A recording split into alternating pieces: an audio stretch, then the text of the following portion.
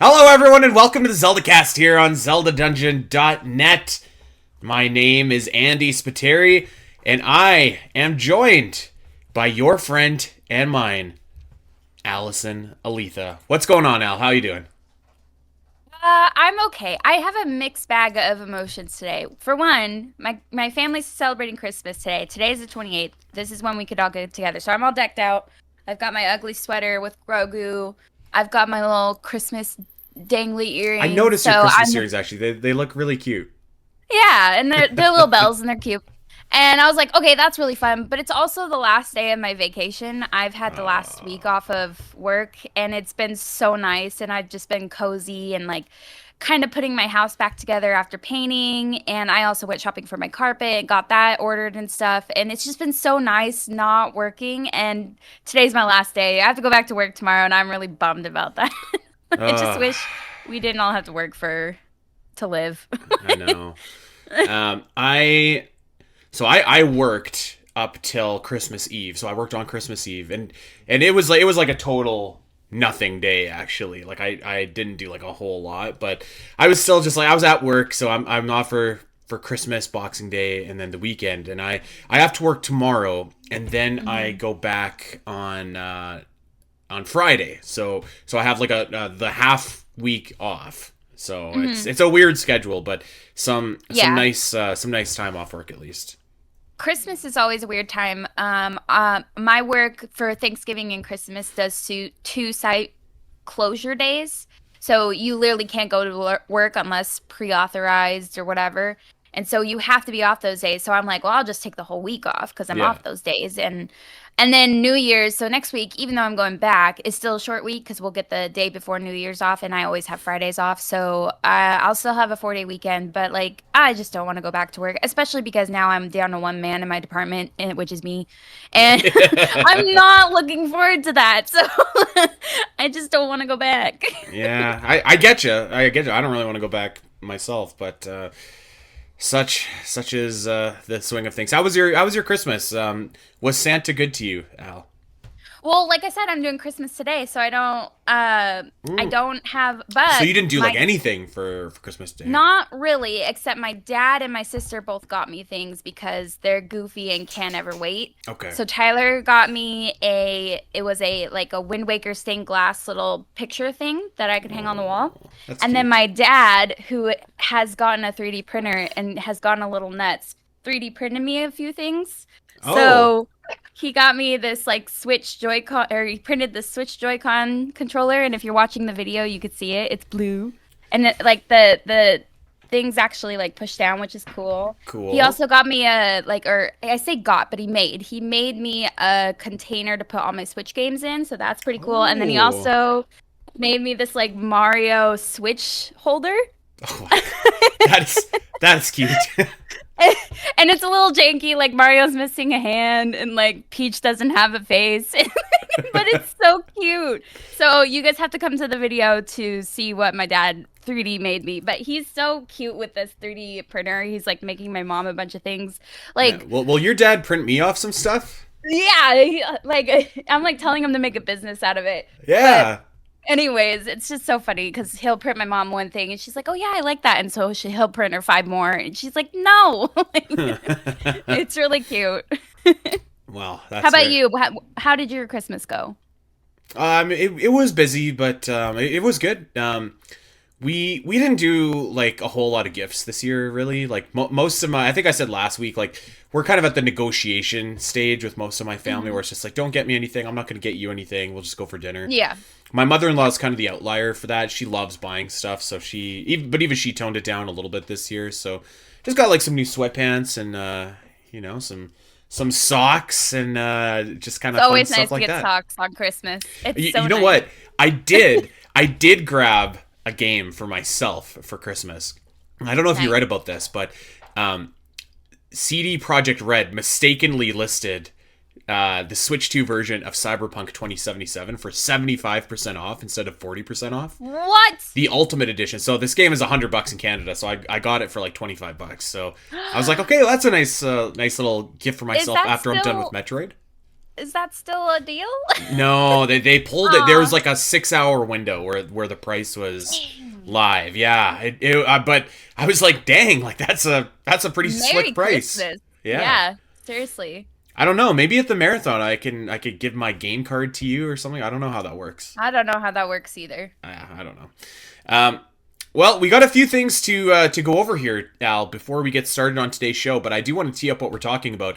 It's one of the best times of the year. It is the best Zelda ever annual list, where we, and when I say we, the entirety of Zelda Dungeon, so our writing team, our social media team, some of the managers of Zelda Dungeon, and yours truly here, Allison and myself, contributed their list towards one master list that we call the best Zelda ever list. And this is a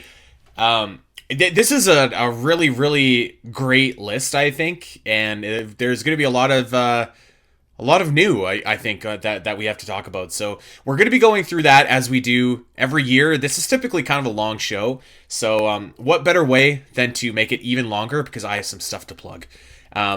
So first and foremost, by the time that you are listening to this, if you got Metroid Prime 4 for Christmas, yes, I'm talking about Metroid again, just bear with me, okay? If you got that game for Christmas, or you're just interested in the game, or you want to replay it, it has taken a long, long time, but by God, the maps are done. The 100% maps are out, and they're on OmegaMetroid.com right now. We've mapped out Soul Valley on a grid system so that you can just easily know exactly where to go, every location, every expansion, full missable scans, full logbook, basically everything for that game is done, which I think is incredible, because as of right now, like, this game came out 25 days ago, and like, our volunteer staff worked their butts off through the holidays to deliver this game and this walkthrough to everybody. So just wanted to quickly plug that. This was a group effort by myself and a lot of the other staff at Omega Metroid. So if you are inclined, check out OmegaMetroid.com. Our Metroid Prime 4 section is up. It's ready, and I'm quite proud of it, the way that it's turned out. It's not finished yet, but the most of it's there, and now there's just some rough edges to smooth out. Nice. Before we started the show, you showed me like one of the maps that you were working on, and I don't know if this is one of the ones that are live yet or anything like that, but like, it looks so good. Like, it looks really cool.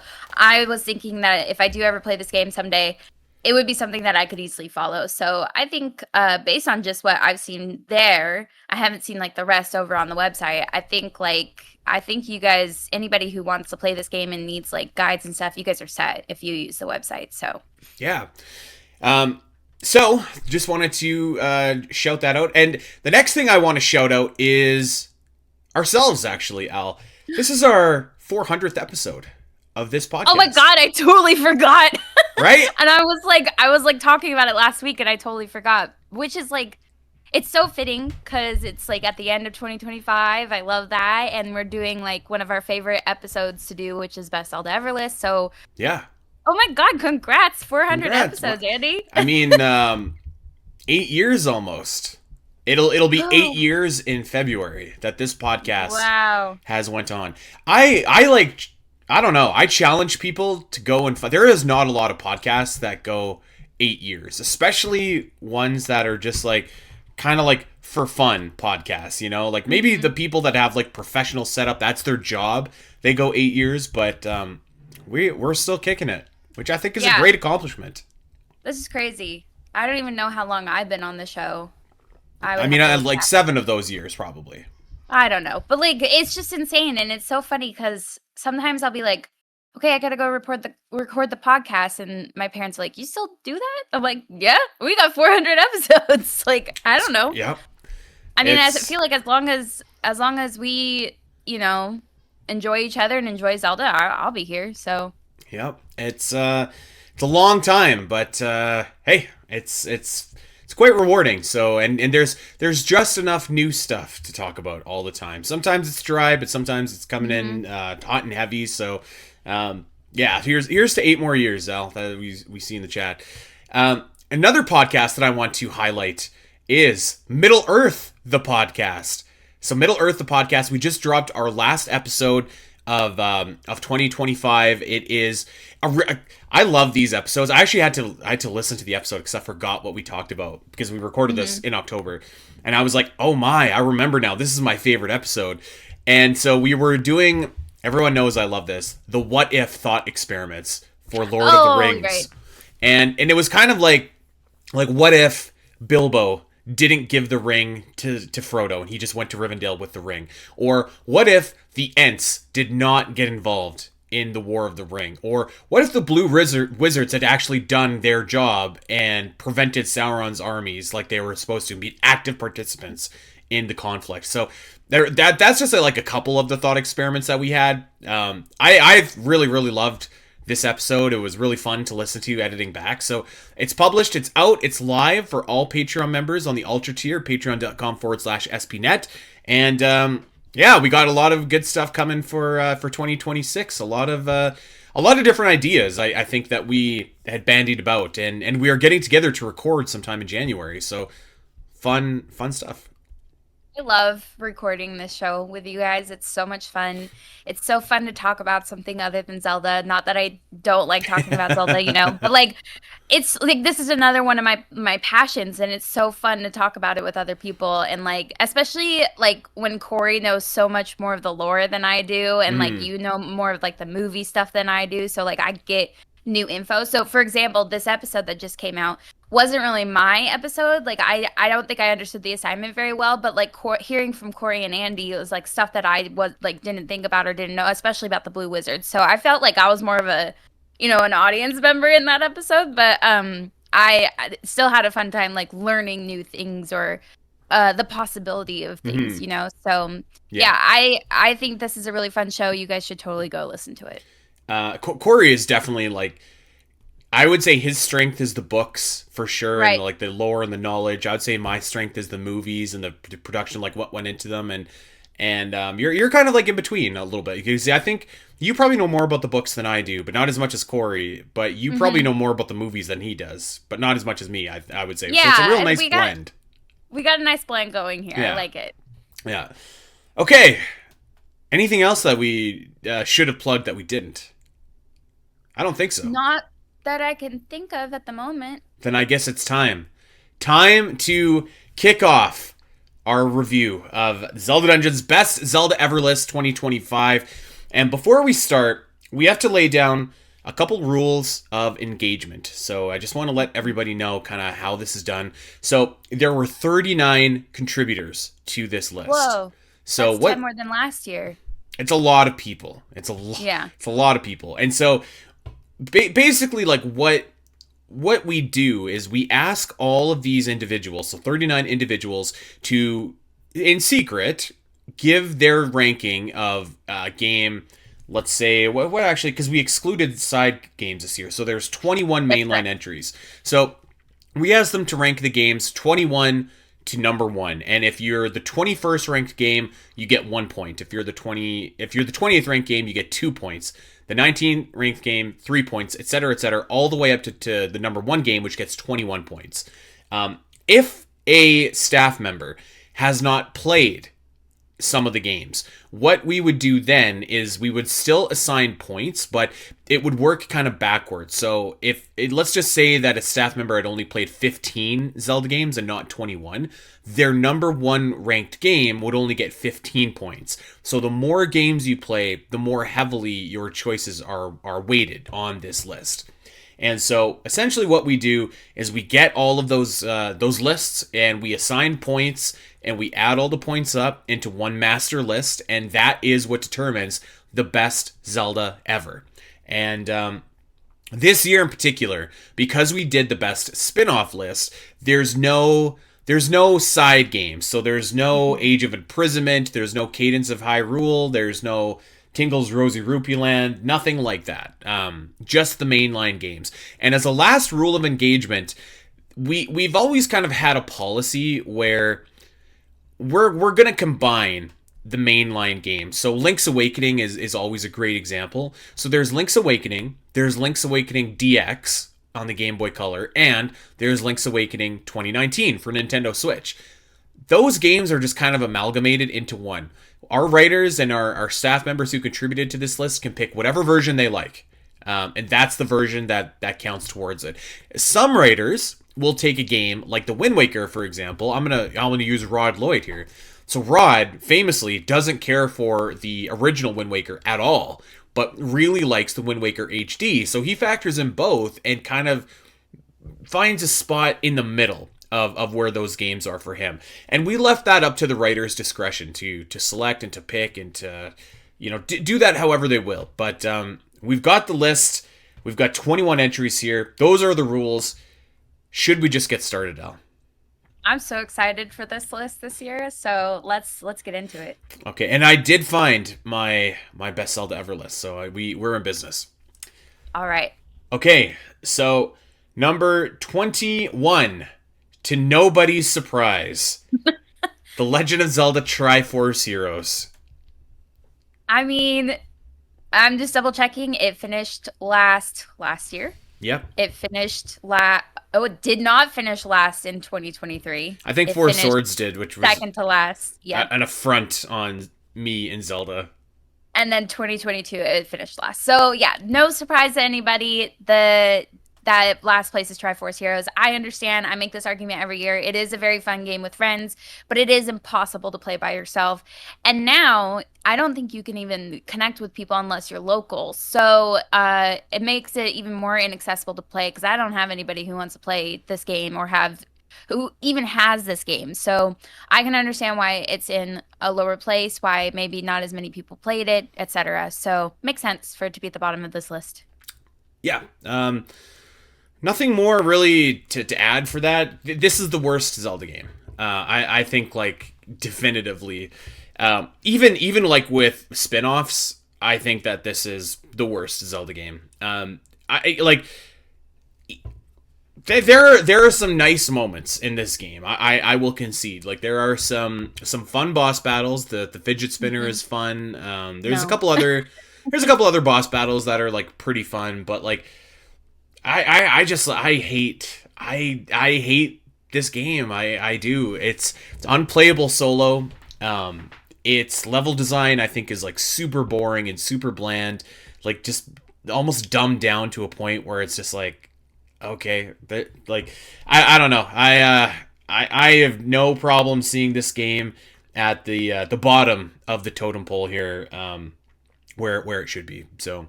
Mm-hmm. I don't anticipate this really ever moving up, to be honest. So, quick question. We always say that even like all Zelda games are at least an 8 out of 10. Do you feel that way with this game? No. Not at all? I don't, and that's another reason that I dislike it so much, is because I feel like this game is like a stain on the Zelda name, you know? Well, like honestly, like the series, like the Zelda series is known for its high quality, and this game is just like the opposite of high quality. Like it is unplayable in single player and passable in multiplayer, and like we're talking about an unplayable Zelda game. Like that's absurd. Mm-hmm. Like even like the CDI games you can still play and move and control, and I feel like it's less cumbersome than this game here. So and that's just like, I mean, the style for me doesn't work at all. Like, but I can accept that might just be a me thing. People praise the music, and I still don't love the music. I love the music though. I mean, like not all of it, but there's still some bits that I really like. There's like a track or two which are like okay, but I just it's not a game for me, and I think it's a bad video game and like does not live up to the Zelda scale. I would say this is like one of the worst Nintendo games that was released on the 3DS. Ooh, I guess I can't really like put anything into that argument because I don't play a lot of the 3D games. I feel like, or the 3DS games.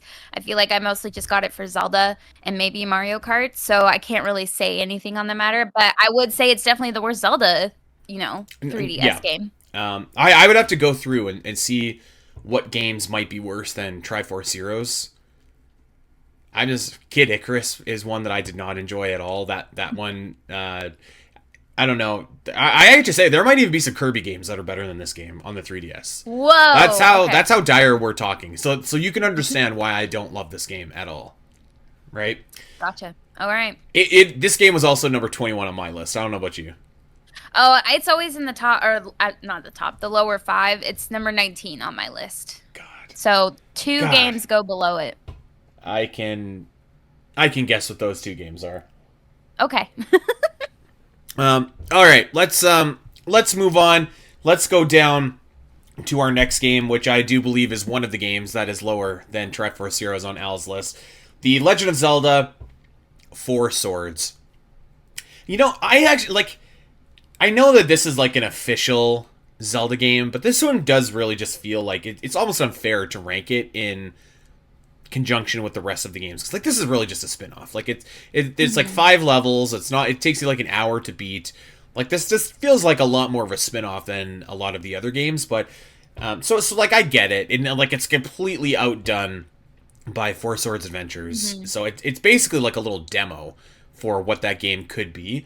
So I think it's when you look at it on its own, it's nothing super impressive. So this makes sense, but I still enjoy this game. I think it's fun for what it is, and it's certainly better than Triforce Heroes. I agree. It's fun for what it is. I personally like Triforce Heroes a little bit more than it. I think it because it just doesn't have as much substance, and which is fine. I really enjoyed playing it. I think it was last year that you, Gooey, me, and Josh played it together, right? Yeah. Except it froze and we weren't able to finish. At the end. That was kind of a bummer. But it's fun and it has everything that I love for multiplayer Zelda. It's just not, I don't know, it's just not as involved. I felt like the levels were really short. I feel like there's only one part we got stuck on, but everything else was pretty quick. And not all to say it's bad. It's just that it's not a lot, So I put it really low on the list just because even though it's still a good fun game, it's just not as much quality or quantity as every other Zelda game. Yeah, I mean remember this was an add-on to Link to the Past for Game Boy Advance, so it kind of makes sense why this game isn't as fleshed out as Four Swords Adventures would be. I still think that it's pretty fun. It's definitely got its charms to it. So I ranked it a little bit higher than this. I had it at number 17 on my list, but I really don't fault this game for being in the position that it is. I will say this, it's on NSO, if you can get a few people, and I'm sure the Zelda Dungeon Discord is the perfect place to find a few people. It's a good little game to play for an hour or so. So yes, I agree. Definitely at least give it a shot if you never have, because it's more accessible than ever now. So yeah, go for it. I'm gonna guess that this is number 20 on your list. Yeah, it was. Yeah. Okay. Yeah. Well, coming in at number 21 on Allison's list and 19 on the best Zelda ever list is I love this. The Legend of Zelda Adventure of Link. Oh, this is so funny. We were Jules and I were talking about one of our daily debate questions was what game could you completely pull from existence from the Zelda series? And Jules was Heroes. Yeah, I said that was going to be yours. And Jules immediately went to Adventure of Link, and I thought about it, and I was like, yeah, if I had to, but at the same time, there's a level of respect I have for Adventure of Link because I feel like it had to happen. It had to be there. Nintendo had to experiment in a way to be I don't think this worked. Let's go back to kind of this first initial formula that we had and or visual that we had. I just think Adventure of Link had to happen in order to be where we are today in Zelda. So I wouldn't want it eradicated from existence. It's not my favorite Zelda game to play by any means, but I'm glad that it's there because we wouldn't be where we are today without it. So yeah, I don't love Adventure of Link. I'm not a huge proponent of it. I think it's fun, and I think that if you're playing it on NSO with Rewind, it's a totally different game. Totally different and very accessible, I think. I really can't stress, if you find the game difficult, it is difficult, but, if you're playing NSO with Rewind, just it's a totally new experience because you can just go back and get rid of some mistakes. Maybe there's some veterans out there that are scoffing at that notion, but like it really does change the game. Um, I will say though, like I've seen this narrative lately where it's like, if you don't like Adventure of Link, you just don't understand like video games or whatever. And I push back against that. Like this game definitely has its big flaws. Like the difficulty is a flaw, but like the checkpoint system is the biggest flaw of them all. Like and every time you die, having to go back to the beginning of the game, I think was a poor decision. I think that the mechanics can be pretty janky at times. Like the jumping particularly could be pretty janky at times, and I mean like the random battles, it was like a neat idea, but I don't know, it didn't feel quite like Zelda to me. So like there's a lot of things that don't work in this game, and I would include the final boss in that actually as well. Like someone was saying how cool it was when, you know, that you can just stand in the corner and cheese Dark Link, and I'm like, is that cool?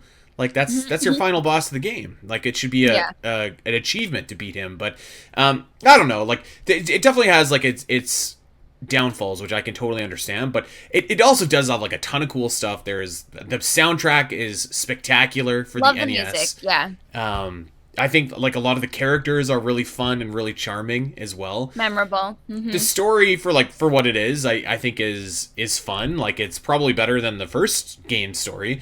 And there, you know, a lot of the mechanics, like the spell mechanics, I think are pretty cool too. And in I would say most of like they're cool in theory, and I think for the most part they're cool in practice too. Maybe a couple exceptions here or there, like with jump or with shield. Like those spells I think can be a little bit wonky, but yeah, like I think that there is like a lot of redeeming qualities to this game. But I totally get it. I totally get why it is as low as it is and why people don't like it. I agree. I mean, because I'm one of those people. But I know that there's like some really like hardcore, well, maybe not hardcore fans, but like high up fans. Like Rod really likes this game, right? Goo as well. He just did a podcast with someone talking about how great this game was. Nice. Which great. I don't want to yuck anybody's yum. I understand why this is somebody's like, you know, their top Zelda games, and so I get it, but like it's just not for me. But I put a lot of respect on its name. So there we are. There we are. Okay. Number 18. The Legend of Zelda. Aw. Phantom Hourglass. Phantom That's so Hourglass. sad. Can you guess where I ranked this, Al? This is like your number 20. You got or it. 19. No, you got 20? it. It's 20. Yeah. Yeah. Spoiler for what number 19 is. I'm sure that you can guess. But yeah, this game, you know, I want to read a quote from one of our writers, because I loved this quote that was put in by Evan. So Evan Hahn had this amazing quote, and I'll read it verbatim. The inimitable Cardi B once said, "My flop and your flop is not the same. If I created Phantom Hourglass, it would be my crowning achievement. But for the Zelda team, Phantom Hourglass feels like a departure from the absurdly high quality of the average game in the series. Don't mistake its low position on our list as a total disapproval, but instead how dang good the series is." You know what? I really like that quote. Mm-hmm. All flops are not created the same. Yeah. I mean, I appreciate that being said too. This Phantom Hourglass always ranks really low. I think it's kind of crept down my list a little bit over the years, but it went back up a little bit this year. Maybe it might have stayed about the same without the one-off series or the Age of Calamity or whatever. I had so much fun revisiting this year because I've taken a break from it from the last couple marathons. It used to be my marathon game, but then I took a break because we had Palomer, who's like way better at it than I am.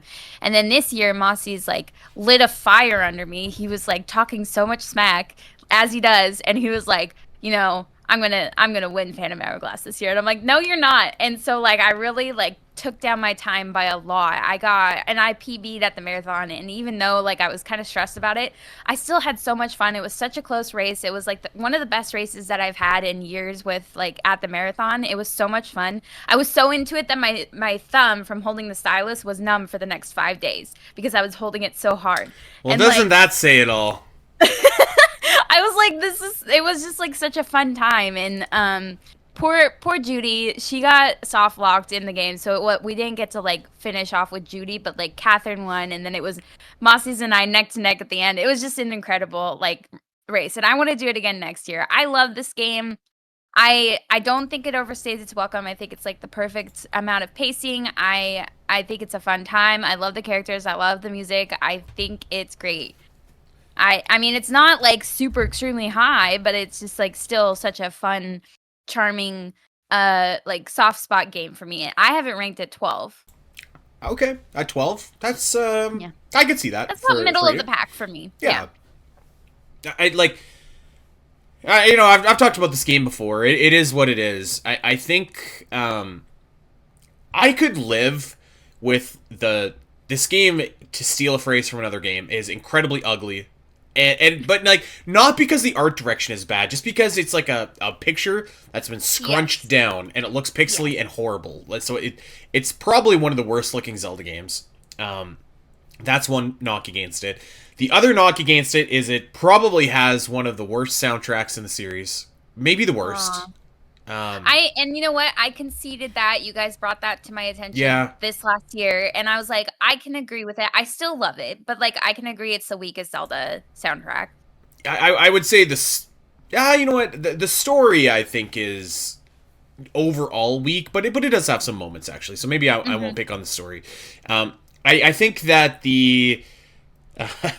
and I'm leaving my big thing for last, but I think that the Temple of the Ocean King definitely needs to be brought up as a reason why this game, maybe isn't for everybody, or for me, I guess. Yeah, understandable. And what else don't I like about this game? I honestly, the big thing I guess is that it just comes off to me as a worse version of the Wind Waker. So all of these things I think like really work against Phantom Hourglass. And then you have to add in the coup de grace, which if this game had amazing music, an amazing story, was a totally new, unique world, looked great, it would still struggle to be one of my top ranked Zelda games because of the stylus controls. I just hate the stylus controls. I just hate them. I think that this game, this exact same game, could probably go up a few spots on my list just by having, even if the items were the same, but like if you could move Link and slash your sword with B, like if that was the case, I think this game would go up a couple of points on my list, even with all of those other flaws that I said. Because like this game it has like really fun dungeons, I think, and really fun boss battles. It gets some unique usage out of the items for the touch screen, but yeah, I think like all of this together just it makes it a tough one for me to rank any higher. I understand, and I understand that a lot of people feel that way. Like this game has like continuously been ranked in like the 19, 18, 20 spot for the last several years.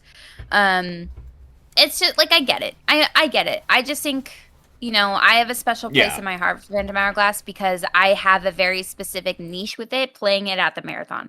If I didn't have that and I didn't play it as often as I did, I probably would rank it lower because I'd be like, oh, I don't really have like a big desire to go back and replay it. But the fact is, like, I feel that way, but when I'm replaying it, I'm having so much fun. So it's weird that I feel that way. But anyways, I get that's it. totally I get fair. why it's low. Yeah, I think we all have a game like that, or maybe a couple games like that, where you have some sentimentality towards it, and that kind of propels it up your rankings. I have a game like that, so I think that's totally fair. I certainly don't. I mean, if it was like number 2 on your list, I might be like, whoa. But well, it's I think 12 is fine. It's number 6 on somebody's list, so that's what it says here. Highest rank 6. Well, lowest rank 21. Maybe that wasn't Andy though. Maybe it was Judy Calder. Maybe she likes this game more than most. I don't know. Um, I don't think so, but I could see that too. we'll see. Um, okay, let's go over to number 17. This is the first one where I'm just like, this one hurts my heart. You know, um, Yeah. The Legend of Zelda: Four Swords Adventures is number 17. I had this ranked much higher on my list. Do you want to guess where I had this ranked? It's in your top 10. Yeah. I'm gonna say 10. Nope. Really higher than 10? Okay, Higher. let's say I'm gonna say 8, Higher. 6, Lower. 7. Okay. It's ranked number 7 on my list. I really love this game. And surprisingly, actually, so every year this game doesn't really rank high because like just a lot of people haven't played it. This year, a lot of people did. So of the 39 writers, 7 had not played the game, which is actually like way smaller than usual. For context, there was 8 people who said they hadn't played Phantom Hourglass, which seems absurd to me. But yeah, I just like really love this game. I think the level design is so awesome. Every map feels like its own little mini dungeon. I love playing solo, and like it's very strategic, and it's very like you have to think out what you're gonna do. I love playing with friends. It's chaotic and competitive, and I have a great time with it. This is, yeah, it's like one of my favorite games in the series, actually, and it doesn't try and do anything fancy. Like the graphics are fine, the music is fine, boss battles I think even are like fine, but it's just like a really fun game. I don't know how else to describe it. Like I just think like every level is great. The 3D 2D kind of graphics I think look really impressive. I wish that this game would come out in some newer capacity so that we could relive it. But yeah, I ranked it like quite high. But I mean, I get it. Like I get why it's low. Like it's a multiplayer Zelda. It's like kind of a spin-off, kind of not. Like the story isn't really there. So I get it. I also get it. I think it's actually a little bit surprising that so many people on our staff have played Four Swords Adventures, and it's been consistently like that for the last 4 years, where it's been like 6, 7 people who haven't played it. Mm-hmm. But I think that makes sense because a lot of our staff go to the marathon and are able to play it there where it's accessible versus it's not very accessible outside of the marathon. So I also understand if like a lot of people listening who haven't been able to play this game just don't understand maybe like Yeah. the hype about it. But it's a really fun time. I do have high. We've been saying it for years, like since the Switch came out, Oh. that it would come to NSO. I wrote an article in 2019 for Zelda. Excuse me, 2018 for Zelda Dungeon, saying that this would be a great game to launch NSO with. Yes. So, I mean, we've been saying it for years. It's surprising that it hasn't happened. I don't know, like, why it hasn't. If we got Four Swords, why can't we get Four Swords Adventures? So, here's crossing fingers that we do, and that all the staff players can play it, and maybe it'll rank a little bit higher in a couple years from now. But until then, like, I don't have more to add than you. That it's a fun time. It's competitive. It's chaotic. Poor Josh has to lead us all through it every year. The marathon. It's so funny. They have like fun like a power not a PowerPoint, but like an Excel spreadsheet of all the stats of how long it takes to do each level and stuff like that. And some levels take longer than others. And Josh will be like, "Look, this one took an hour and 12 minutes. Guess who was playing that level?" Andy Spiteri. But that's the crazy thing is we try to use that spreadsheet to guesstimate, how long it'll take for the marathon, and it never works because different people play it. And so, yeah, it's such a fun time. It's such a like up in the air kind of game, and I love that. I love the chaos of it. It's like almost the Mario Party of like Zelda. It kind of, yeah, but like there's also like really specific puzzles that each person has to contribute in order to do. So like it's kind of like Mario Party, but like there's like this is a thinking man Zelda too, especially if you're playing solo. Which I will say like the biggest knock against this game is to play it multiplayer.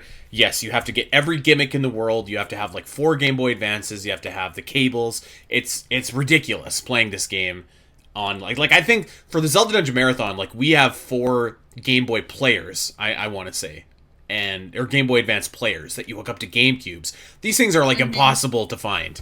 Okay, Hmm. so like that's definitely a knock against it, but I don't think it should be a knock against the game so much as just like maybe a reason why people haven't played it as much.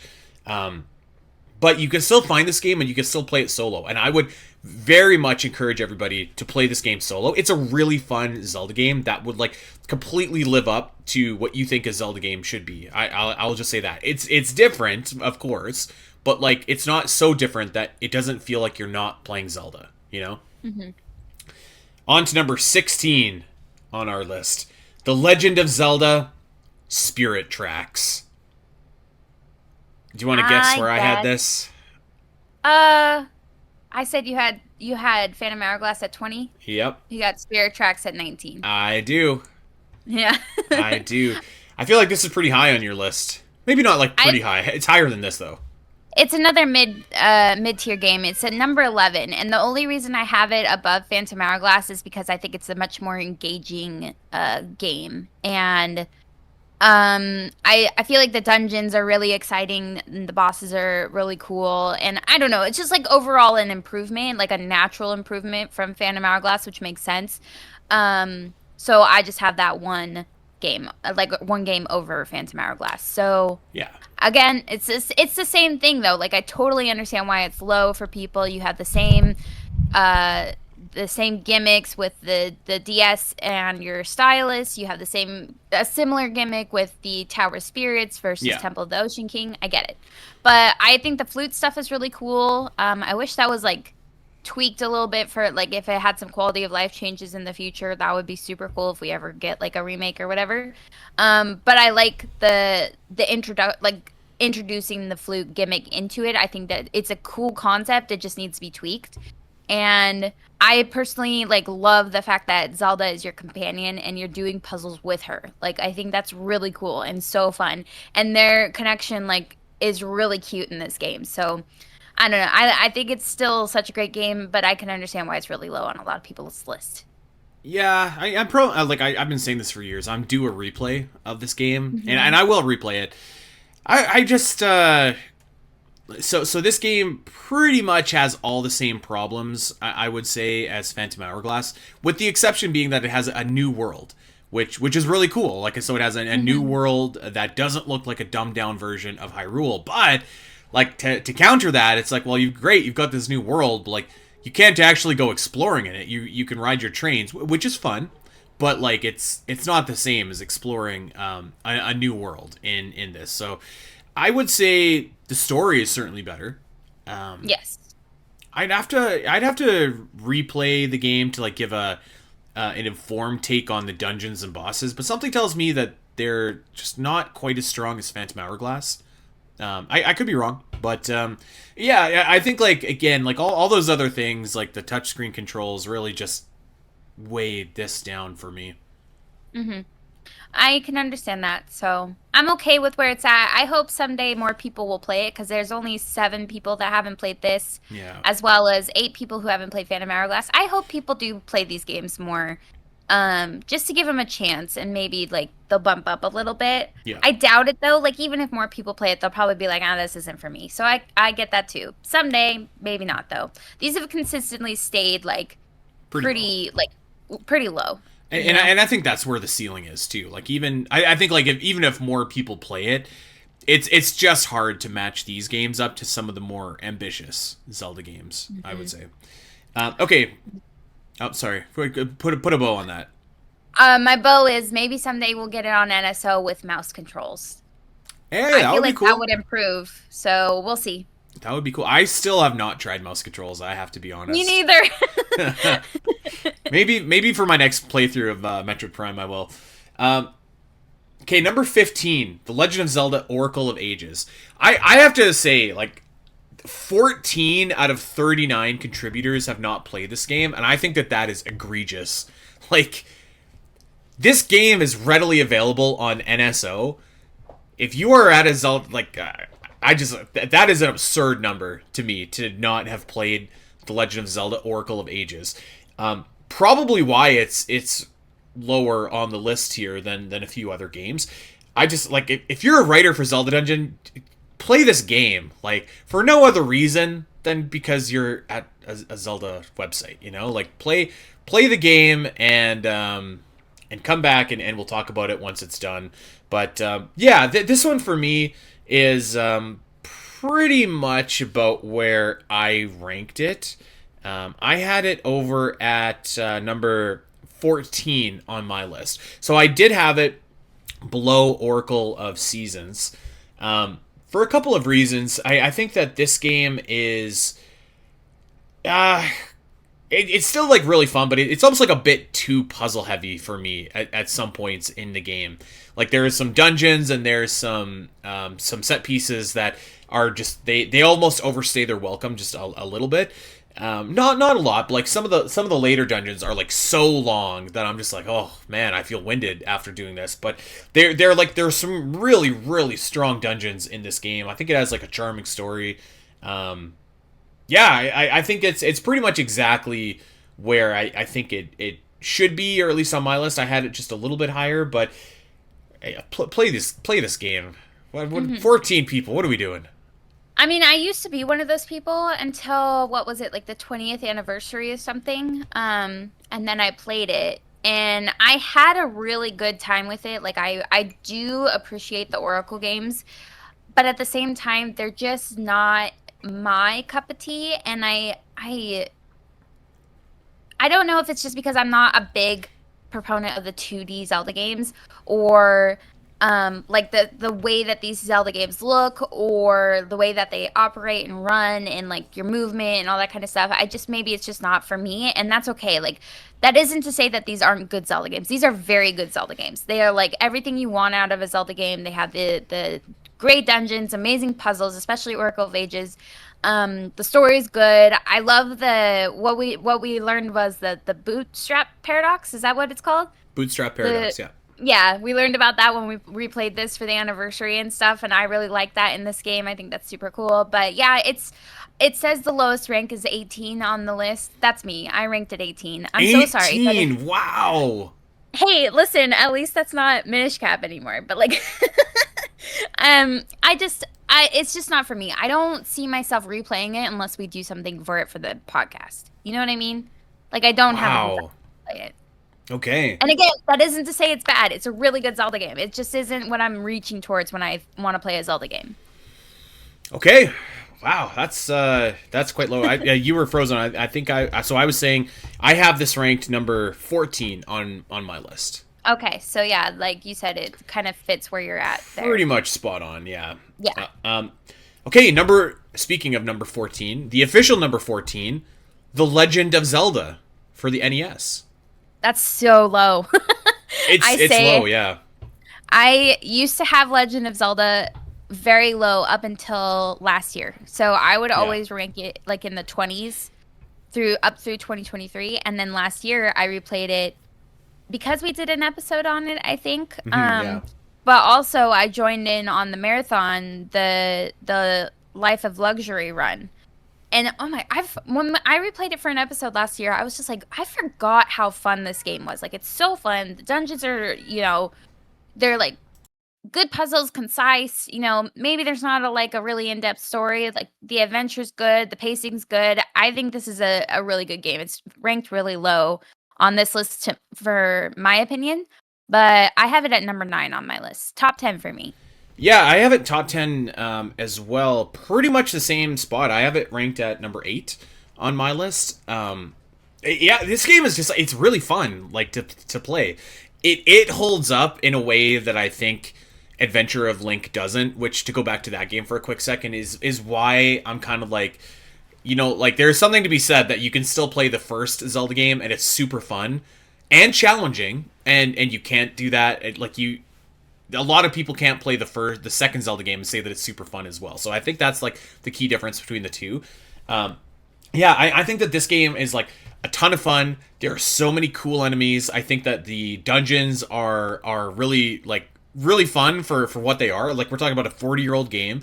And the overworld is like packed full of secrets and like little nooks and crannies and stuff like that. It's got cool music too for what it is.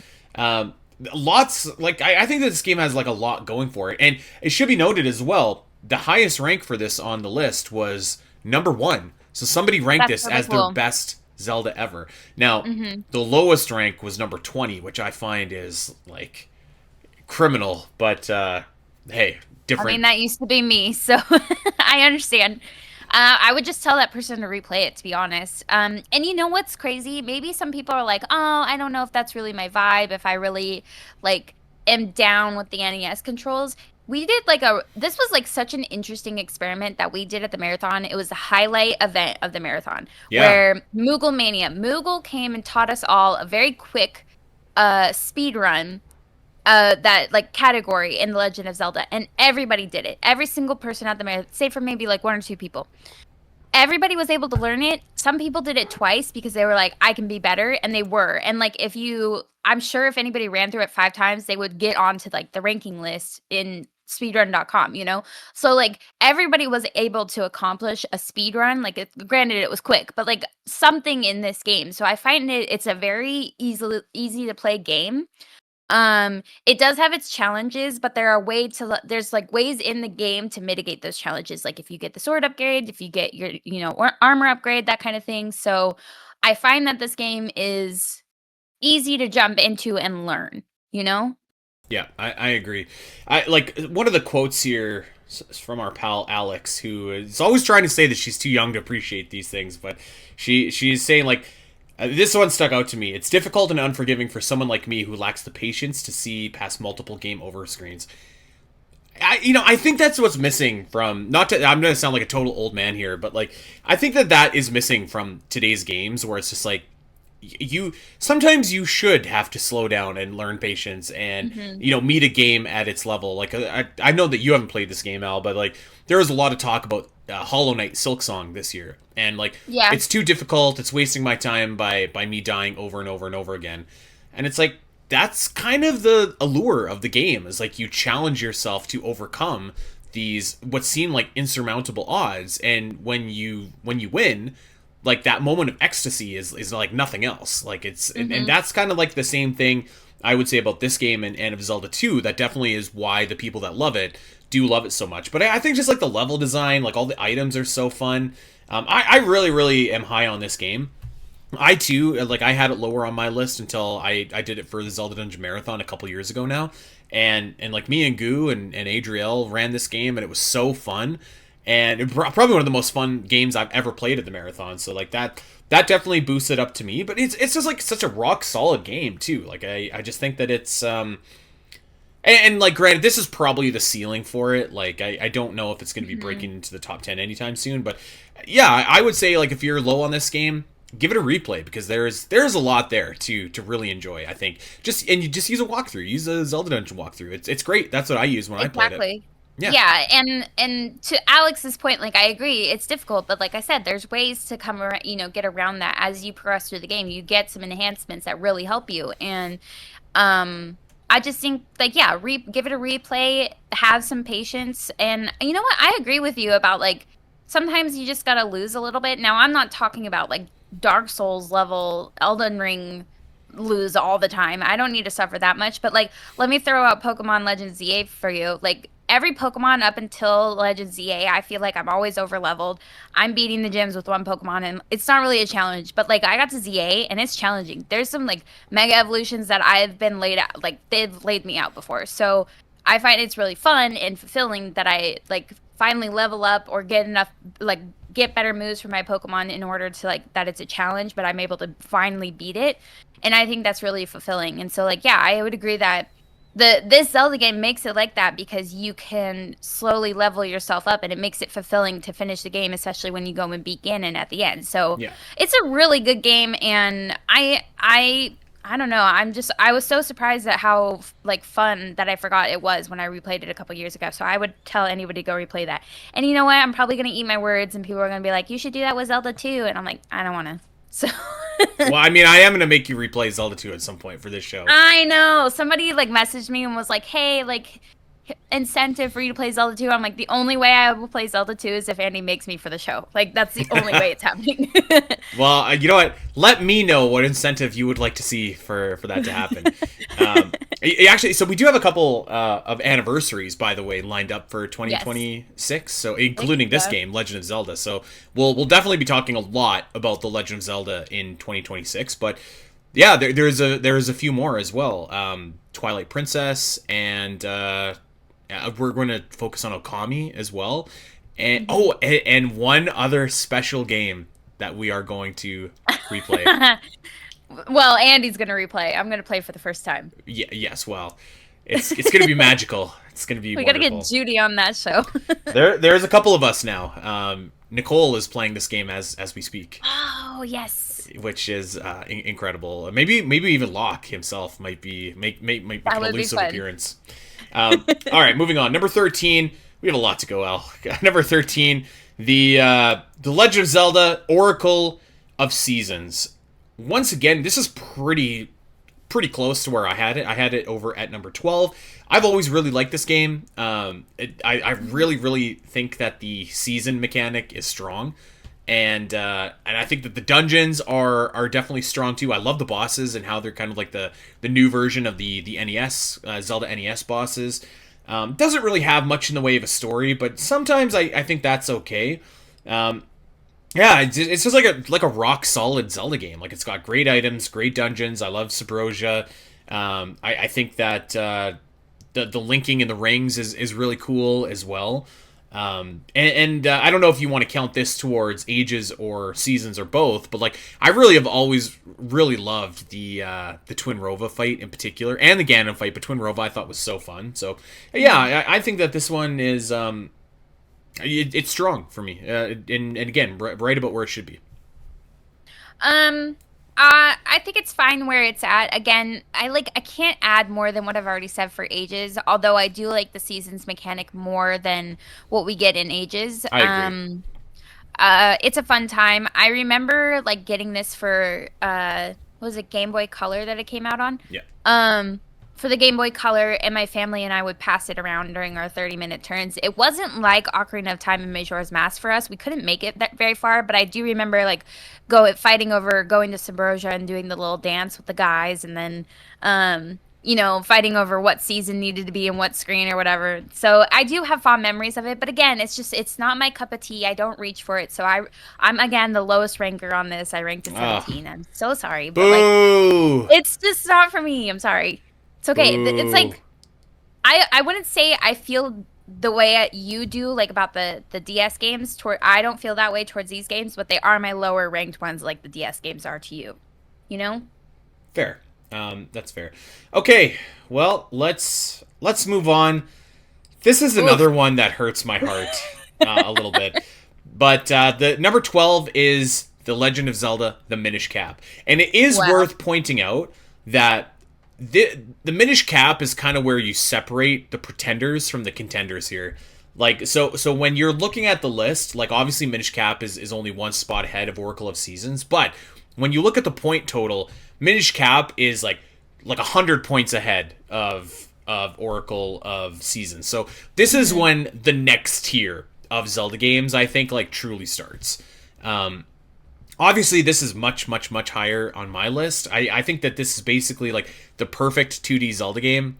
It's got the charm, it's got the whimsy, it's got the great dungeon design, it's got incredible items, great music, a great story. I don't know what else you kind of want from a 2D Zelda game. I think this is pretty much the pinnacle of that. I know that some people don't absolutely love it, but and like, I know that they maybe take umbrage with the Kinstones. I never have. I think that that's like such a great. I like the Kinstones. I think it's a great side quest. Like, and Rod Lloyd kind of put it best here. He said, "The Minish Cap can be seen as the culmination of The Legend of Zelda's first 20 years as a game series, perfecting nearly every aspect of the formula established with the first title and cemented with A Link to the Past." I think that's pretty accurate. Yeah. Mm-hmm. You've never like, after this, like, you've kind of had like A Link Between Worlds try some different things, and obviously Echoes of Wisdom tried some different things, but this to me is like the pinnacle of 2D Zelda game. It's one of my favorite Zelda games. I had it ranked at number 3. Okay. I feel like, yeah, that makes sense for you. You're the highest rank. I'm I the have it highest ranked. ranked. You are. I have it ranked at number 10. It's in the top 10s for me. And thank goodness that you had me replay this a few years ago because it was it was like Spirit Tracks for you. It was one of the like the longest I hadn't replayed this game in a really, really long time. And I'm glad I did. It's a lot of fun and it's charming, whimsical, everything you want from a 2D Zelda game. I think it's great. And it is one of those games, like, it is one of those 2D Zelda games that I find myself, I would reach for if I was like, I'm really in the mood for a 2D Zelda game, you know, Hmm. versus like the Oracles. So I think it's a fun time. Story's great. Your companion's great. I love the villain's great. You know, it's like it's the pinnacle of what we say when we say every Zelda is an 8 out of 10. You know, it's like this like the standard that you want your Zelda game to be, you know? Yeah. I mean, yeah. This one, like, I always every year when I see this ranked on our list, I'm like, oh man, Minish Cap is so underrated. And like, I can't say that people haven't played it. Like, only 3 out of 39 people haven't played it. I guess it just doesn't hit the way that it does for other people for me. And I was saying earlier, like, I have a marathon game as well. That's kind of like, it means more to me, and this is that game. So like, this is the first game that I ever really like tried to get good at the marathon, and I was for a time. Everyone's passed me by now, Al. I was like one of the first people out this year for Minish Cap, but to be fair, I didn't practice. But yeah, I think like it's just like such a great like Legend of Zelda experience. Like, I just think that it is like, just everything I want out of a 2D Zelda game, and honestly, basically everything I want out of a Zelda game in general. So Hmm. I really love it. All right, let's move on to. I think this is the most shocking, the most shocking place on this list. There's another one that may be more shocking than this, but Yeah. at number 11 we have The Legend of Zelda: A Link to the Past. Wow, not cracking the top 10. Uh Holy moly. The You lowest know what? rank was 18. Wow. Okay, so I think maybe for me this is like sure it's shocking that it's not top 10, but the more shocking thing is what was it 23? Or no, it was 24 when it went to 10 because it used to be in like the top 5 Yeah. for like consistently. And then Yeah. it went to 10 last year and I was just like what is happening? So maybe this year makes a little bit of sense to me. Um Mhm. Personally, like I really struggle with this game, maybe because of the same reasons that Alex was saying about Legend of Zelda. Like I struggle with the difficulty, which I know again you could like mitigate that by upgrading and all that kind of stuff. But like it's a difficult game. Is it And actually like a I've seen I people feel like say I've that always like had over and difficulty over. with it. I have never and I you know me, I'm not a good gamer at all. Hmm. I have never struggled with the difficulty of this game, but I see that consistently from it's in this article. It's like, man, the difficulty is it's so grueling, and it's like, is it? I guess it I must be. This is one of those games where it's like I have a lot of respect for it. I do really like it. I think like it overall is really fun. I think the dungeons are awesome. I think the bosses are awesome. I think the music's great. You ranked it Um 18, didn't you? no. I did not. I ranked it 15. Oh my god. But like the problem with this game for me is like it's overall such a great game, but like one of the ways that I do my list is like am I willing to go play it tomorrow? You know what I mean? Like if I had this real big urge to play a Zelda game, like what am I really looking forward to playing? What really like grabs me, you know? And Link to the Past is unfortunately not one of those. It's more like one of those games where I want to play it every like 3 years just to remember the magic of it and then Hmm. but that's it, you know? Fair, yeah. I mean, I ranked it at number 9 on my list, so it's a top 10 Zelda game for me. I did pick it up, like I kind of like at some point in 2025. I don't remember when, but I was like, I feel like playing A Link to the Past, and so I just Hmm. picked it up and played it over a couple days, and I thought it was awesome. I I don't know. I didn't think it was that challenging, and I never have. So that always like sticks out to me when people say it. But people do say that consistently, Hmm. including Daisy Crossfield, and one of our newer writers in this article right here. Um, yeah, I don't know. I just like I can see like why it doesn't rank up. Like the story is kind of like it's okay. It's a very like kind of stiff game. Like it's very formal in a lot of ways. Like it's kind of missing that fun. But I think it also has like that magic, that adventure that like you're looking for in a Zelda game. But I don't know. I think as we see like newer and younger demographics kind of coming to the Zelda series, like this is probably where this game is going to be. Like I do think like if maybe you didn't grow up with a Super Nintendo or even like a Nintendo 64, like that this one might be a little bit tougher to get into. I still like was shocked though to see it this far down the list. Like it was number I think 4 or 5 one year, and now it's I now think it's not. 2022 it was number 4. Sorry, let me amend what I did earlier. So 2022 it was ranked number 4, and then 2023 it went up to 10. And that was like shocking. And then it stayed at 10 last year, and then this year it went down another level at 11. So like I think the shock came from a couple years ago, but I think you're right. I think like as more games come out and as the fan base kind of gets younger because of the new games coming out, I think this is what the new like ceiling is going to be for games like A Link to the Past. Yeah, yeah, you're probably right. Which I don't know. Maybe that just puts our mortality into focus here, Al. No, I wasn't going that direction at all. We're getting up there. Oh no. I mean, what did Mossy say? He was like the average amount of people at Zelda Dungeon nowadays is like in their 30s. We all used to be in our 20s. I know. now, Now we're all sore after the now marathon because we've been sleeping on an air mattress for like a week. yeah. Now Yeah. we're 8 years into a podcast and we're already in our 30s. It's How old were crazy. you? I was 29 years old when we started this podcast. When you started the podcast 8 years ago, I was 24. My God. Yeah, I was like on the younger end when I was here like at the marathon and stuff. So that's why it's kind of funny when Alex is like, "I'm the youngest one," or "I'm so young," and I'm like, "Girl, I used to be there too. It's fine." And then you Well, get to she's not the 30. youngest one anymore. There's several people I think younger than her Yeah, now. So yeah, it happens to us all, Alex. Happens to I us know. all. Yeah, exactly. Okay, we're entering the top 10. By the way, we should point out that there was one first place finish for A Link to the Past.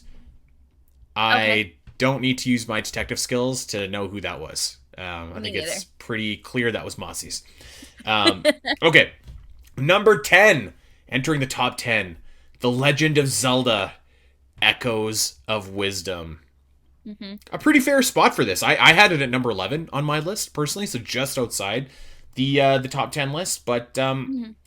yeah, I feel like this is a fine spot for this game.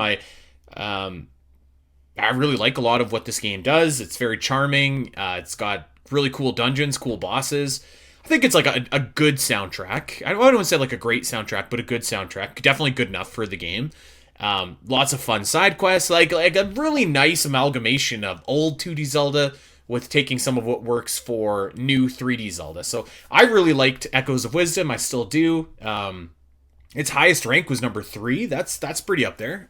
So Hmm. yeah, I feel like this one is a great spot for it. My only critique, I think, as we get further and further away from the game, I'm a little bit more down on the story of the game. I thought Null was cool, but the way that they introduced Null like so late into the game, I was like, I feel like it didn't hit as hard for me. And Hmm. I can't say that I am in love with Try. I Hmm. think Try is just okay. But I think like other than that, like a lot of great things for this game. What about you? Where did you have this on your list, Al? I had this at number 8, and I think last year I had it at number 7. And if we notice, like last year's rank for this game was number 9, and then it went to 10. I feel like that's gonna be maybe the standard for a couple years going. It Yeah, might go down to yeah, 12, and I think that this is gonna be the new standard of like your quintessential 2D Zelda game. I feel like yeah. that's gonna be the consistency we're gonna see with this game in this ranking. I think And that I this think game and Minish Cap are going to kind of be two peas yes. in a pod. Yeah, I agree. And I think that's fair. I think that It's a really fun game, and it's exactly like you said. It's like it takes like the stuff that you love from Minish Cap and Link's Awakening and mixes what we like from the open world 3D Zelda games and kind of puts them into one really nice game. Like I could see myself reaching for this again tomorrow. I really want to replay it in hard mode. It's really fun. I love that you get to play as Zelda. I like Tri. I think Tri is cute. I think the overall story is fine. I didn't think it needed to be that deep, but I like what it is. Yeah, I think this is actually like a really good game, and I Yeah. could totally see this as like the middle ground standard for 2D Zelda games going forward. Yep. Nothing wrong with its spot on the list. I think this year. So good spot for it. Going up to number 9, The Legend of Zelda: Link's Awakening. Mm-hmm. I So actually, you know bumped up what? a I couple I spots. don't have a problem with this on the list either. It was higher on my list. Link's Hmm. Awakening DX is one of my favorite Zelda games. I think like the story is just like so compelling. The world is so compelling. And you know what? Like the dungeons, I think are like really fun too. It's got great music and really memorable characters for like what the game is and like what system it came out for. I still have not played or replayed, I should say, the remake since it came out. It's been a couple years. Oh, same. Yeah. But I have played Link's Awakening DX multiple times, so I do think that that's my kind of preferred version. But I also really liked the remake as well. Yeah, like I had it ranked at number 5 on my list. It's like a top 5 Zelda game for me. Hmm. But I don't hate it at number 9 here. Like I think like these kind of like the portable games I think are always kind of at a disadvantage, and pretty consistently Link's Awakening does pretty well for itself. Yeah. Did I'm the did you lowest rank this at ranked. 16? Oh my I god. did. I'm so sorry. What's This is going like, on with your list?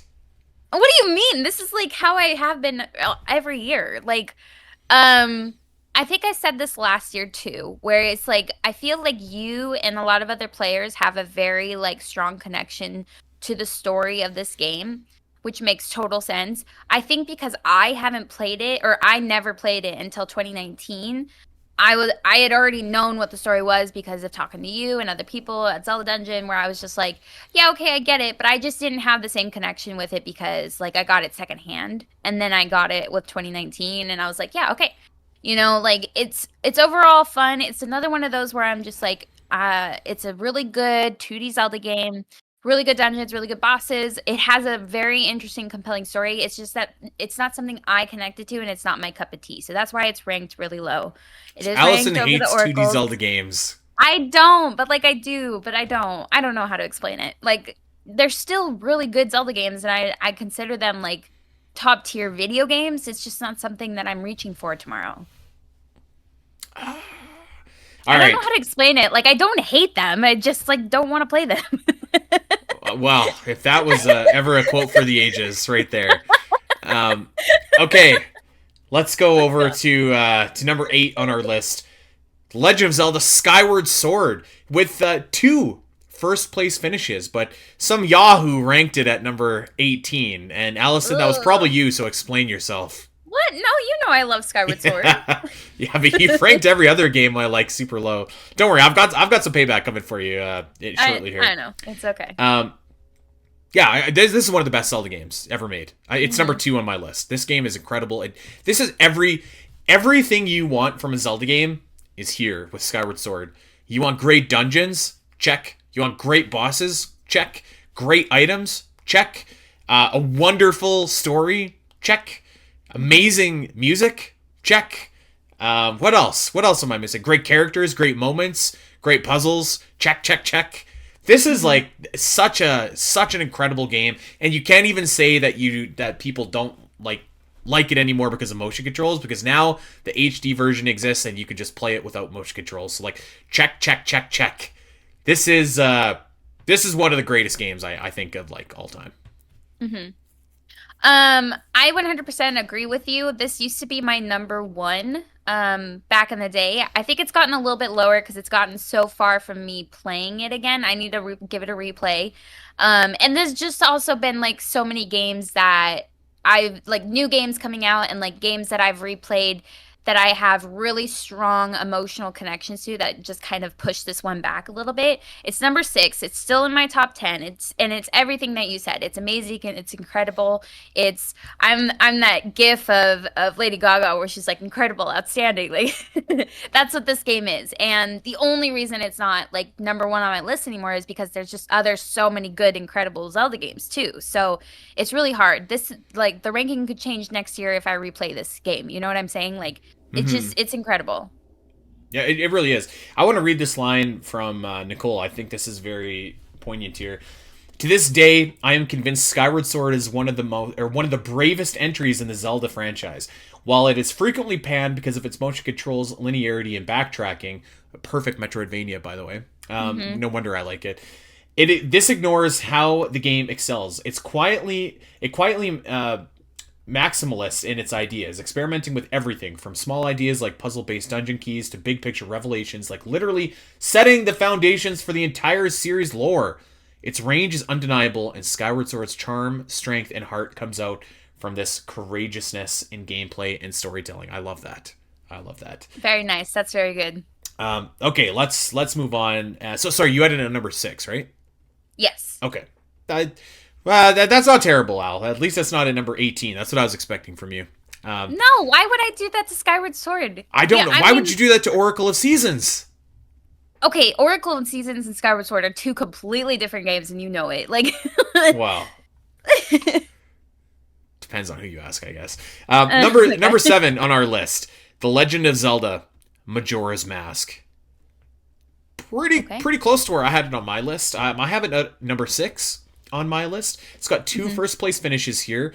Yeah, I mean, just an absolutely incredible game. Like the atmosphere, the story, the transformations, the gameplay. I would say, actually, I think that Nicole just said that Skyward Sword is one of the most brave Zelda games. This has got to be number 2, if not like number 1. Like you had such a layup after Ocarina of Time. You could have just done the exact same game with just like a slightly tweaked story and new dungeons, and boom, you're good. And people would have loved it. And there might be some people that argue that this is the exact same game, but like this could not be more different, I feel like, than Ocarina of Time. It's a total 180. Like the clock, the transformations, the tone of the game is like so fundamentally different, and it's wacky, and it's just like it really is a game unlike anything else on this list, except for maybe Link's Awakening to a lesser degree. But yeah, I mean, one of the best N64 games, one of the best Zelda games, I think. I have this ranked at number 4. I think this is like kind of pushed my top 3, top 5 games for the last several years. There was a point where I had it like below my top 5. Okay, yeah, back in 2020. But then I started like going on like a healing journey for myself, and I started like I replayed this game, I think, for the show, and like I started feeling like really connected to, of course this game is all about grief, but I think it's also about healing, and I really like latched onto that. And it's been like hardcore like top 5, top 3 games for me at the last 5 to 6 years. So it's got such strong emotional ties for a game, like for a Zelda game, and I don't feel that a lot with a lot of video games, where I just felt something so strong emotionally with it. And so that's why it's like ranked so high, because even though it's probably got my like least favorite dungeons, it's like it just has so many like thematic things about it that you could really get into at every turn. Everybody's going through something in this game, and you're helping everybody like heal from it. And I just find that really powerful and amazing. So that's why I have it ranked really high, and I love this game. I wish it was higher on this list. I know it has been higher before, but I can understand why it's kind of like just in the top 10 range. Now that you have Zelda, like Breath of the Wild Tears come out, so I get it. So this was the original best Zelda ever list. When we relaunched this back in 2017, Majora's Mask was number 1. Yeah, that's right.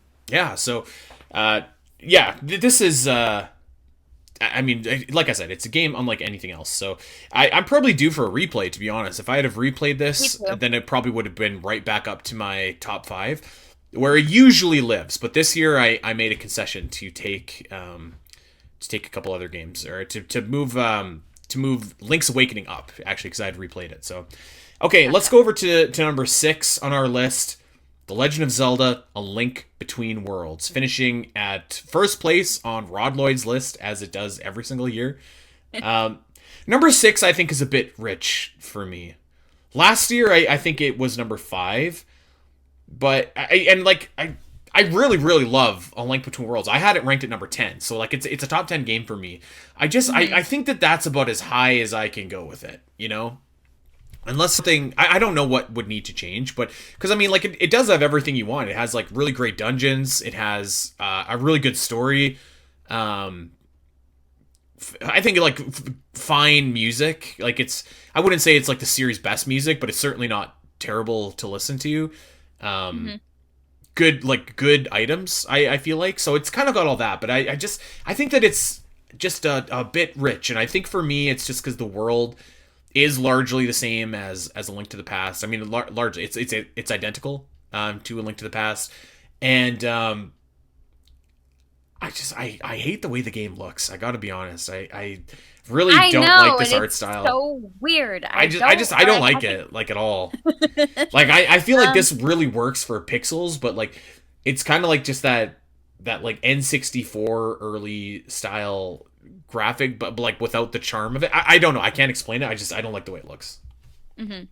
I remember having this argument with you before, but I there's a special place in my heart for this game as well. It's number 6 on my list, so it falls exactly where it needs to. Okay. This is the game that got me back into the Zelda series. I was having like a really hard time. I was in the military, and I was like, I'm just gonna go back and like start replaying Zelda games. And then I first picked up this one because I was like, oh, brand new, 2013. Here we go.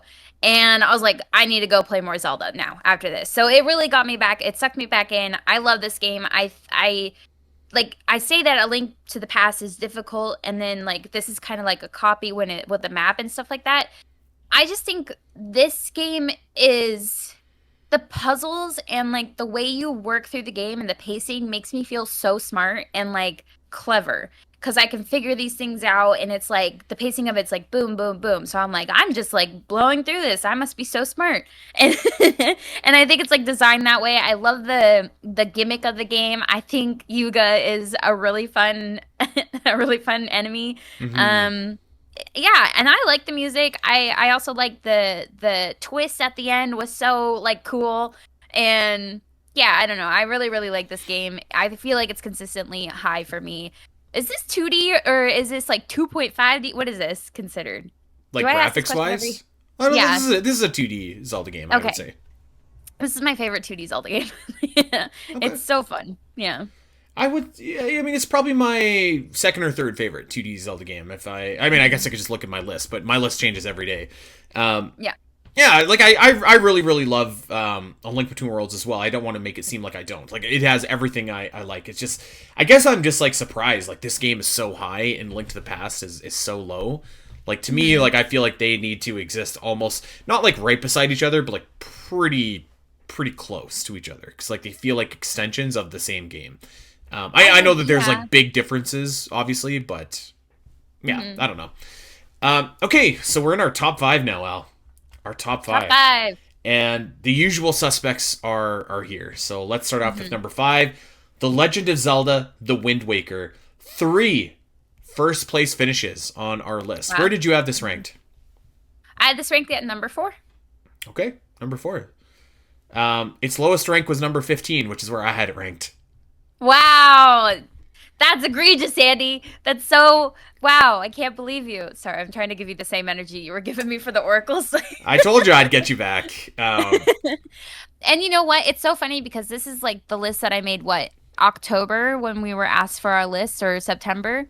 I feel like today I'd switch Majora's Mask and Wind Waker. I'd probably put Wind Waker at 5 and Majora's Mask at 4. But that's just kind of how it is when it comes to the best Zelda ever list. You're depending on the day your feelings change. But Yeah. it's safe to say this is still my top 5 favorite Zelda games, and it's so I don't know, it's so colorful, it's so beautiful. It was the next game that I played after A Link Between Worlds because the HD had also just come out, so I bought my first Wii U and it was the combo with Wind Waker, and I was Hmm. like, wow, this game is so beautiful. I don't remember it being so beautiful. I remember hating on it back when I was 10, you know? So and it was so fun, and it's still fun to this day. I think the pacing's great. I think the quality of life improvements are great from the GameCube version. Great dungeons, great bosses, great story. Love it.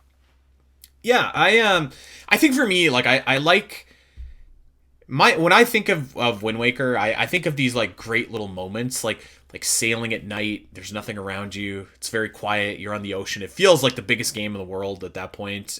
Hmm. Certainly, like the charm of like being shot out of the cannon and Forsaken Fortress, or like the Yeah. ending is really great.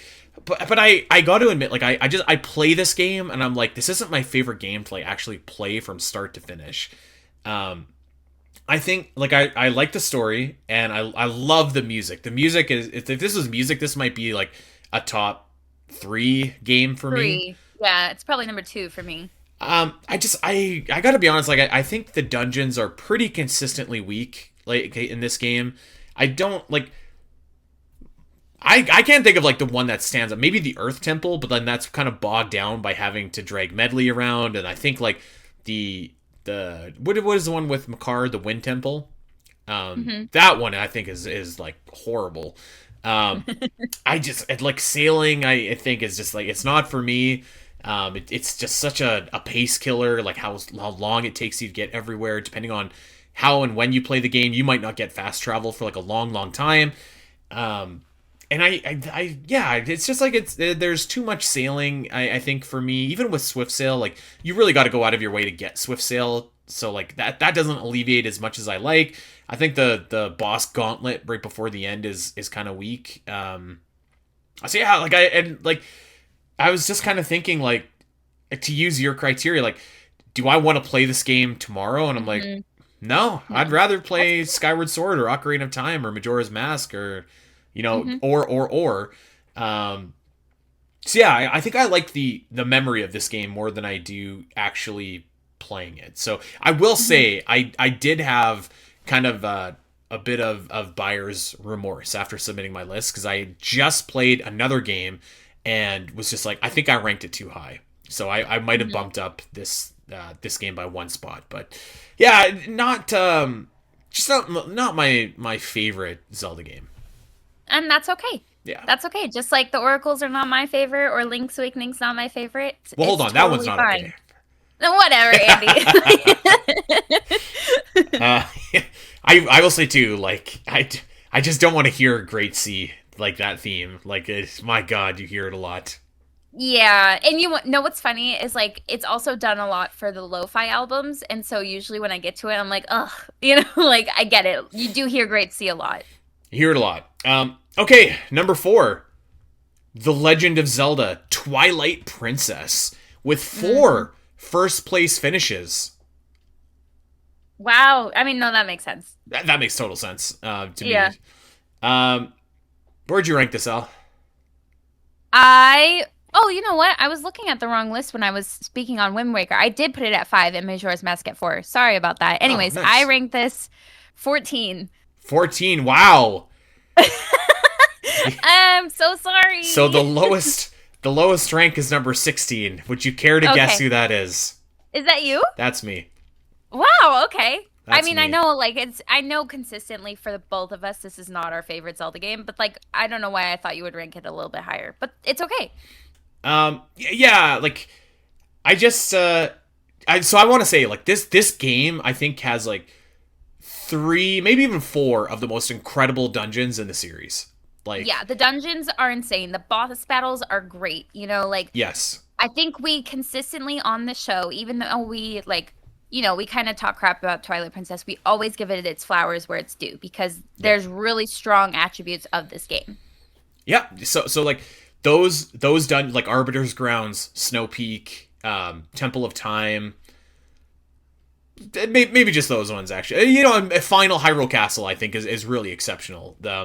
But you also have like these just absolute stinkers like Lake Bed and City in Hmm. the Sky.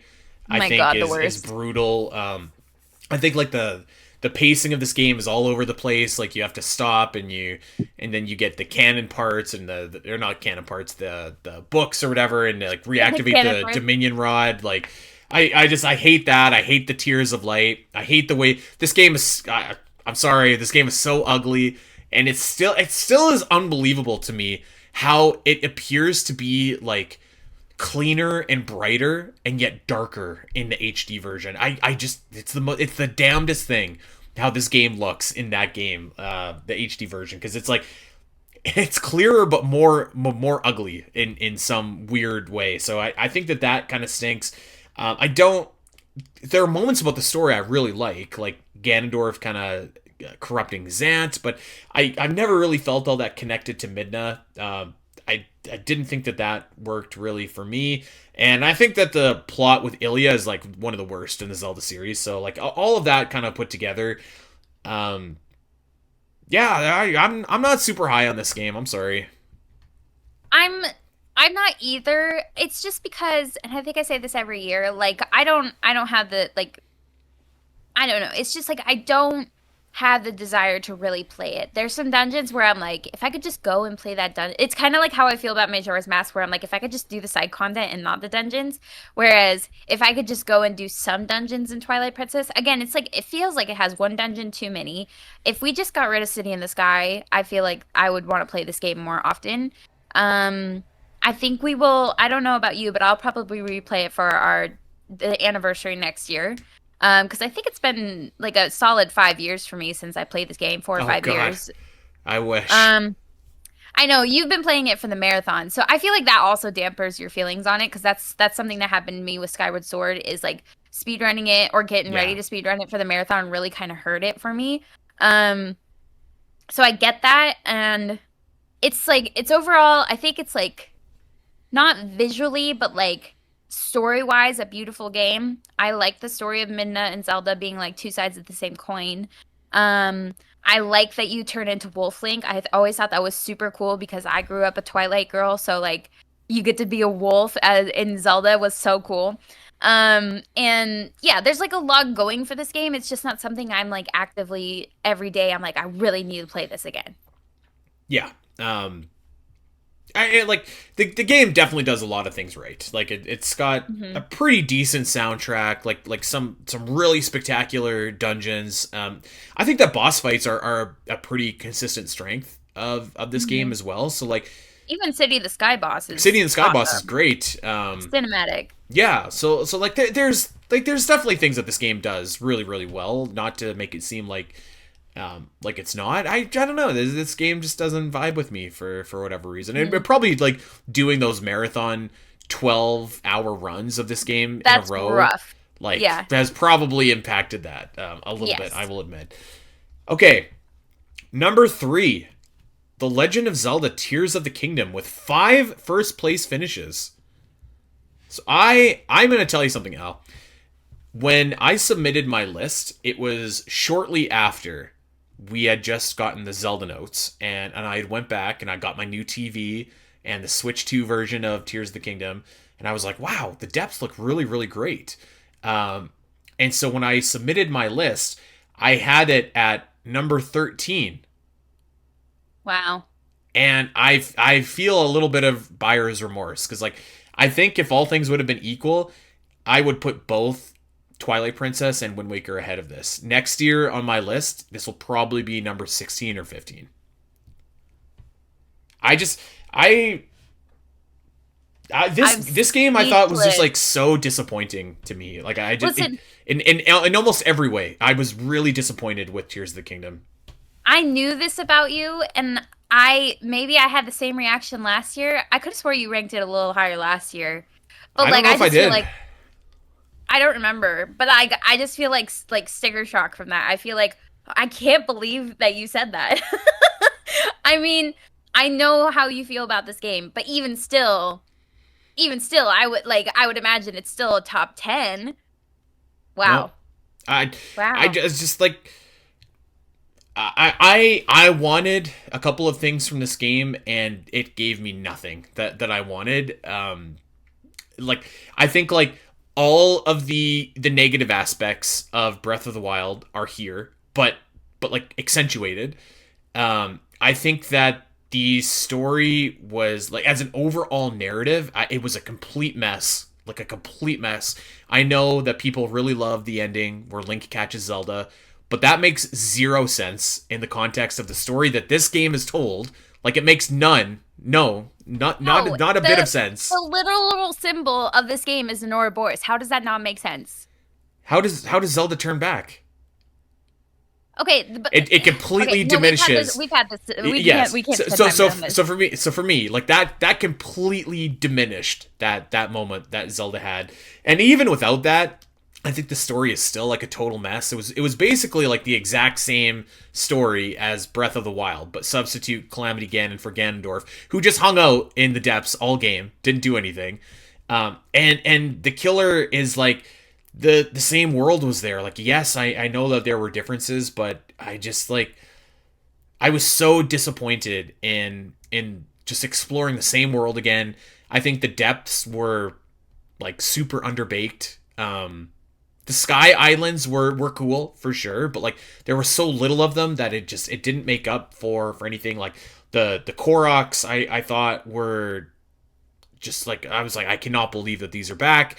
I didn't think that any of the like I didn't think that like any of the boss fights. Colgera was a cool boss fight, but like is it one of the best boss fights in the series? I don't think so. And I guess that's kind of like my expectation for this game is like I think like this game should have been one of the best in the series, and for me it just like totally went the other way, and it was bloated, like very bloated. There's way too much stuff in here. It feels like me after my turkey dinner on the 25th. Like I just yeah, I just thought that this was the most disappointing game in the series for me.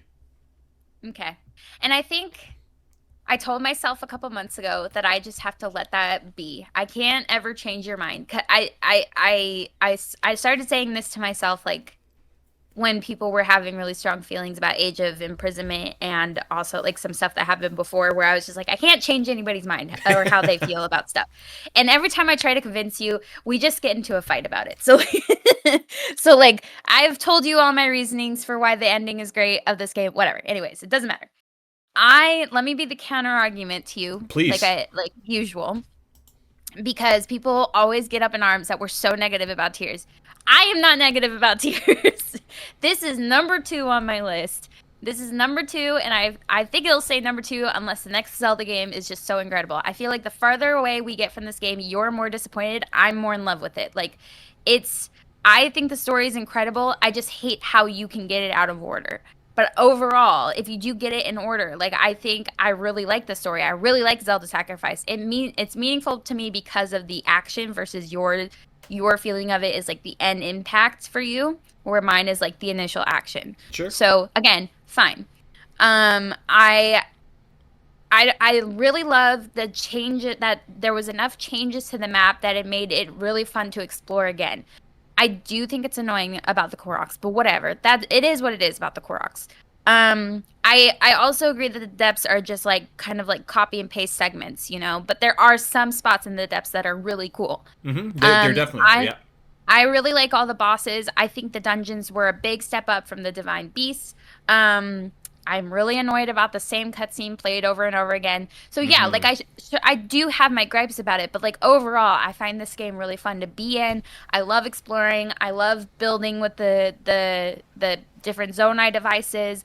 I like how you could see how the world has been like progressing after the calamity. I overall really love this game, and I've been like dying to play it since August, since Zelda Notes came out in June. Like August was my month to do that, and it just didn't happen because so much was happening at the time. So I can't wait to play this again in 2026. I love this game. Number 2 on my list. I'm sad to see it at number 3, but it's okay because it's still top 3. Hopefully it stays that way for a long, long time. Yeah. Listen, like this game does a lot of cool things. I like Raru. I like the Zonai. I like well, I was gonna say I like the concept of the Light Dragon. I think is cool, even if I do think that it was undone at the end. But like the initial moment, I think is cool. So like, it's kind of like how we were saying earlier, like the Cardi B quote, like not all flops are created equal. Like it's funny because like like objectively looking at my list, I'm like, okay, Tears of the Kingdom is certainly a better game than some of the games I have ranked above it, right? Like it's certainly a Mhm. better video game than the Oracle games, than like the first Legend of Zelda. But I feel like for me it just carried that weight of expectations for it, Mhm. and I think it fell so short of all these lofty expectations that I had for it. And I think that we should have had lofty expectations for it, which is why it just I almost think of it the same way I think of like Age of Calamity, which is like I enjoyed it in a bubble, but like after it just left a really bitter taste in my mouth, thinking like this is and I will probably feel that way I think about Metroid Prime 4, like when it's all said and done as well. Um but yeah, I just like I don't know, this one it was a miss. It was a miss. But I am very like I do want a new open world Zelda game. Like I would love a new world to explore. Mhm. To me like an open world game, you have to have like an interesting new world. And this game I thought was missing this. So Mhm. there we go. That's okay. I can't change your mind. You can and you won't. I hate to say it. Like I know. if it was gonna change, it was when I replayed like for Zelda Notes, and even that, like I thought it was cool, but like as soon as I was done, even that, I think we talked about it a couple, maybe even last week. I was like, I was hoping for like a little bit more out of those, but yeah, um, I don't know. Okay, number 2 on our list. Are you All ready? right. I Here don't we know. go. I haven't been ready since I've learned this. Wow. Number 2 on our list, The Legend of Zelda Ocarina of Time. The end of an What? era. So, for the past 7 years of dominance, this game is no longer the best Zelda ever, according to Zelda Dungeon. Although, it finished atop multiple people's lists. So, Mhm. 11 first place finishes. I actually don't know how, like, how this didn't end up at number 1, but I digress. It did have a low rank at Because number there's 15. one person in the staff who hasn't played it. That's why. That is true. Yeah, there's one person who hasn't played. Honestly, that's probably the difference Mm. between this finishing at number 1 and not. But yeah, that's that's shocking to That's. me. I was stunned. I was too But stunned to like speak. good shocking. Like I think this is totally fine. So obviously this is my number 1 game. I think we've been saying this for a couple of years, though, that there Yeah, was going to be a game that would outrank Ocarina in time, and it's finally happened. I always thought, well, I mean, no surprise. We'll get to it in a second. The game that's number 1, I always thought that it was going to be the game that unseated Yes. Ocarina of Time eventually, Yes. because like that game created so many new Zelda fans. Hmm. But it is still shocking to see it. I think, We're two of those people, by the way. The first place finishes. We're two of those people on that list. I'm sure. yeah, oh, totally, Yeah. yeah. So Yeah. definitely number 1 on my list. 11 first Same. place finishes. That's crazy. Far and away the most of any game on this list. So Hmm. yeah, and I wouldn't even say like it's impossible to see this game reclaim number 1 next year. I wouldn't be shocked at all. But I don't know. I don't hate it. I don't hate that a new game has kind of come in and taken the number 1 overall spot. It again, it kind of just puts into perspective like the new generation of Zelda fans is here, Al. It's been, I mean, it's going to be 9 years pretty quickly since Breath of the Wild came out, which seems Hmm. buck wild to say out loud. But I mean, 9 years later, that's a whole new generation of Zelda fans coming in, and I think that Ocarina of Time's place kind of like dictates that here. Like that new generation is coming in and pushing this game down. I mean, nothing but positive comments about Ocarina of Time in the write up, as you would expect. It's basically the Hmm. perfect game. I don't think we need to talk about every single aspect of it. We've done that a No. lot, but yeah, I knew it was gonna happen at some point, but Hmm. I agree. it's stunned. Yeah, It's like one of those things where it's like stunning. Like I feel like at a loss for words that it finally happened, but at the same time, it's like it kind of shows that the Zelda series can evolve and can progress. And Sure, maybe the latest 3D Zelda game was disappointing to some people, but we've seen some stinkers before we've gotten like the most incredible Zelda games like Ocarina of Time and Breath of the Wild. And you know what I'm saying? So like there's room for growth.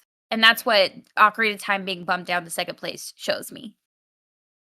Crazy. I was almost speechless when I saw it, but I don't hate it. I really don't. It kind of makes me, I don't know. It kind of makes me happy to see like the new generation coming in here. Al, should we just jump right to number one? Because I feel like we could talk about these kind of in conjunction.